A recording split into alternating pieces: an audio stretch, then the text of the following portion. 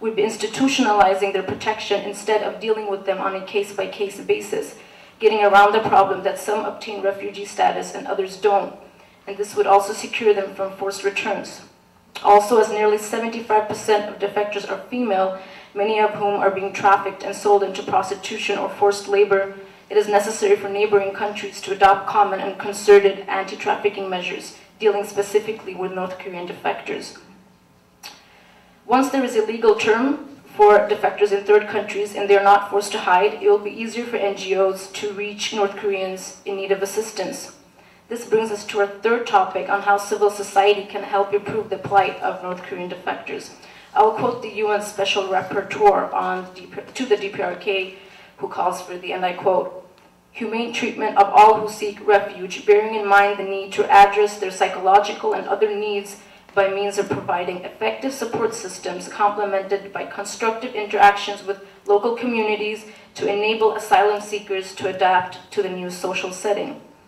Activities of the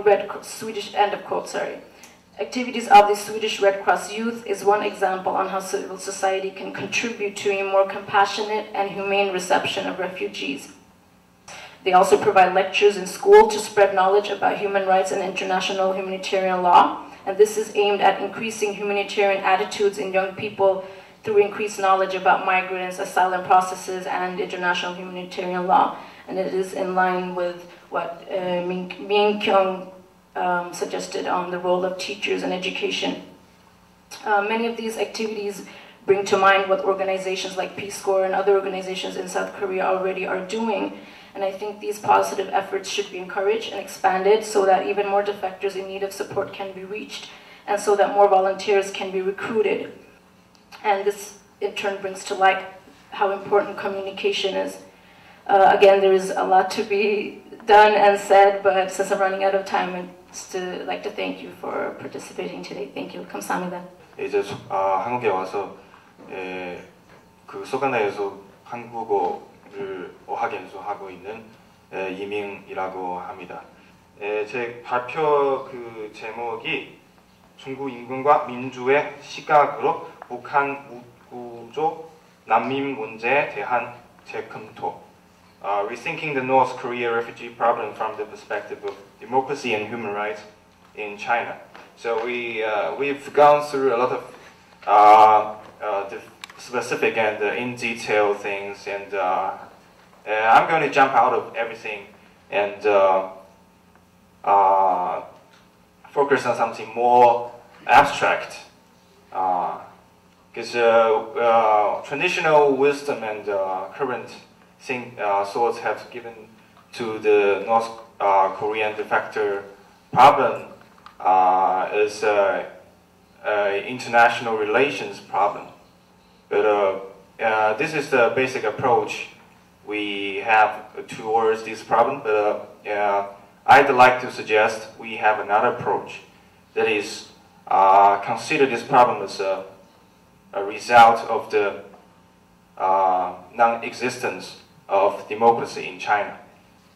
Official claim that it doesn't have any ally in the world, but actually there's a de facto ally to it, that is the North Korean, and so is China to North Korea as well. So these two regimes really depend on each other in the international community and support each other to maintain and sustain their current political institution. If we think about the political institution, actually China is no different from North Korea.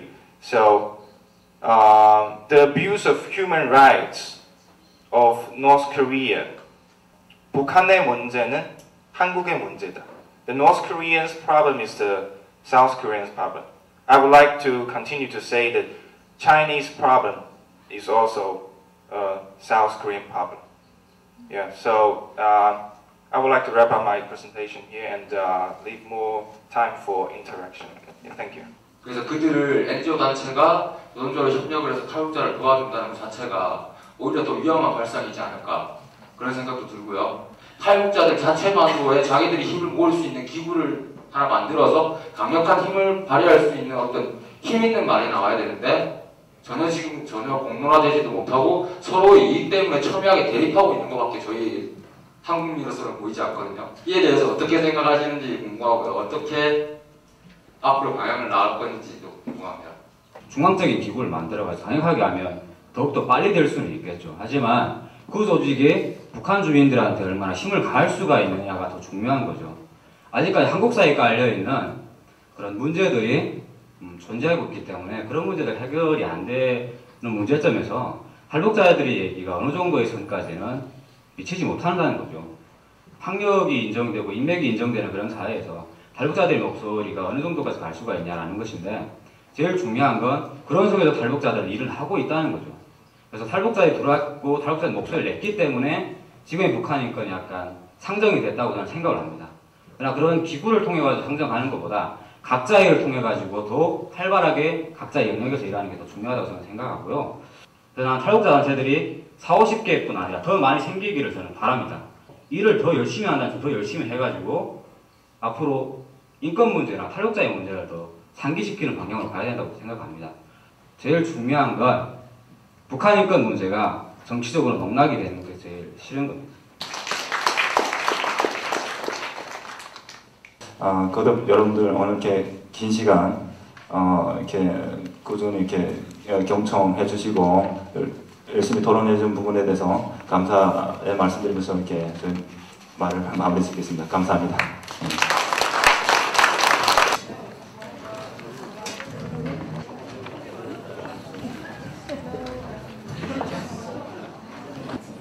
destroyed.